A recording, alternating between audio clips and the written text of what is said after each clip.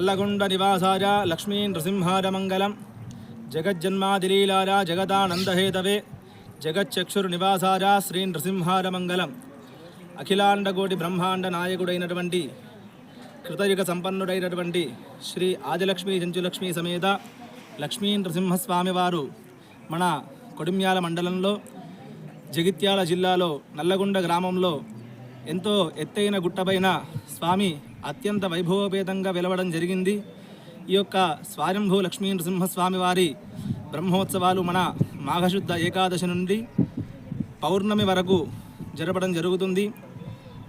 మాఘశుద్ధ ఏకాదశి మనకు ఈసారి 28/1వ నెల 2026, మాఘశుద్ధ పౌర్ణమి 1వ తారీఖు 2వ నెల 2026. ఈ యొక్క బ్రహ్మోత్సవాలు 28 నుంచి 1 వరకు జరగడం జరుగుతుంది. జయ శ్రీమన్నారాయణ. శ్రీ లక్ష్మీనరసింహస్వామి దేవాలయం నల్లగొండ గ్రామం కొడిమ్యాల మండలం జగిత్యాల జిల్లాలోని ప్రసిద్ధి దేవాలయం ముందు ప్రతి సంవత్సరం కూడా మనం మాఘశుద్ధ పౌర్ణమికి జాతర చేసుకోవడము ఇక్కడికి భక్తులకు అందరికీ తెలిసిందే. అందులో భాగంగా ఈ నెల 28 నుండి మొదలుకొని 1, 2, 26 వరకు ఈ యొక్క ఉత్సవాలు అత్యంత వైభవంగా జరుగును. అందులో ఇట్టి కార్యక్రమంలో భక్తులు కూడా అధిక సంఖ్యలో పాల్గొన్నారు. ముఖ్యమైన దినము శ్రీ స్వామివారి కళ్యాణం తేదీ 30వ తారీఖు, ఈ నెల 30వ తారీఖున స్వామివారి కళ్యాణం అత్యంత వైభవంగా జరుపుకోవడము. మరియు 1, 2, 2026 ఆదివారం రోజున స్వామివారి యొక్క వ్రతం ఈ యొక్క ఉత్సవం ముగిస్తుంది.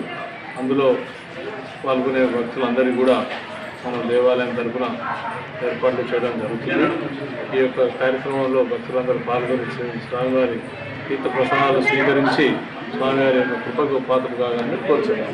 సుమారు ఇప్పుడు ఈ జాతరకు ఎన్ని వేల మంది వచ్చే అవకాశం ఉంది? ప్రతి సంవత్సరం కూడా మనకు దాదాపు 25,000 నుంచి 30,000 మంది వచ్చే భక్తులు వస్తున్నారు.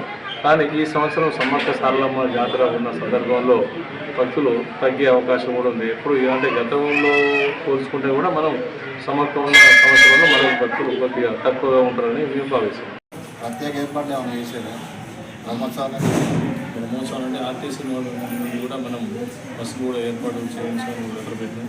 పోలీసు బందోబస్తు ఎలాంటి అవాంఛనీయ సంఘం జరగకుండా మరియు భక్తుల భద్రత కోసం సీసీ కెమెరాలు, మనం స్వామివారి కళ్యాణం కూడా ముందు స్వామివారి తరగల పందిరి కూడా అందించడం జరిగింది. ఇంతకుముందు కూడా మన దగ్గర ఇక్కడ దేవాలయం వచ్చిన భక్తులకు కూడా చాలా ఇబ్బంది ఉండేది. ఈసారి మేము దాదాపు ఒక 400 వరకు కూడా కోతులు కూడా బయట పట్టించాము.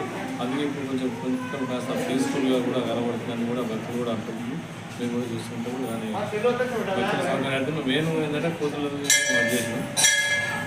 ఈ స్వామివారి పాత్రలు అందరినీ భక్తులందరూ కూడా ప్రతి సంవత్సరం మన జాతర ఉన్నప్పుడు ప్రతి సంవత్సరం వస్తాం. బొంబాయికి వస్తుంది డైరెక్ట్ అని చెప్తే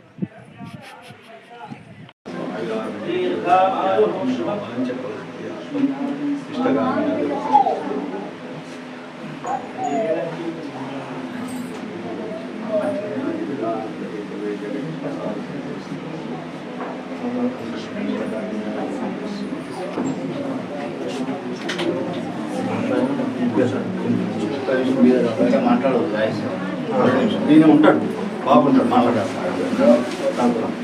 ప్రసాదాలు 20 రూపాయలకు ఒకటి. బ్రహ్మోత్సవాలు ఇందులో భాగంగా 30వ తారీఖు శుక్రవారం రోజు 11 గంటలకు స్వామివారి కళ్యాణోత్సవం జరపబడుతుంది. 1వ తారీఖు ఆదివారం రోజున సాయంత్రం 4 గంటలకు రథోత్సవం జరపబడుతుంది. ఇట్టి రథోత్సవానికి అత్యంత వైభవంగా జనాలు కూడా వచ్చి స్వామివారి దర్శించుకొని తీర్థప్రసాదాలు స్వీకరించి ఎవరి నివాసానికి వాళ్ళు వెళ్ళిపోతారు. అంటే గత సంవత్సరం కాకుండా ఈ సంవత్సరం సమ్మక్క సారక్క జాతర ఉంది కదా. సమ్మక్క సారక్క జాతర ఉన్నప్పటికీ కూడా ఇక్కడి వచ్చే రెగ్యులర్ పబ్లిక్ మాత్రం జనాలు తప్పకుండా స్వామివారి రథానికి చేరుకోవడం జరుగుతుంది. దేవతాభ్యో నమః. సర్వాభీష్టదా సిద్ధిరస్తు.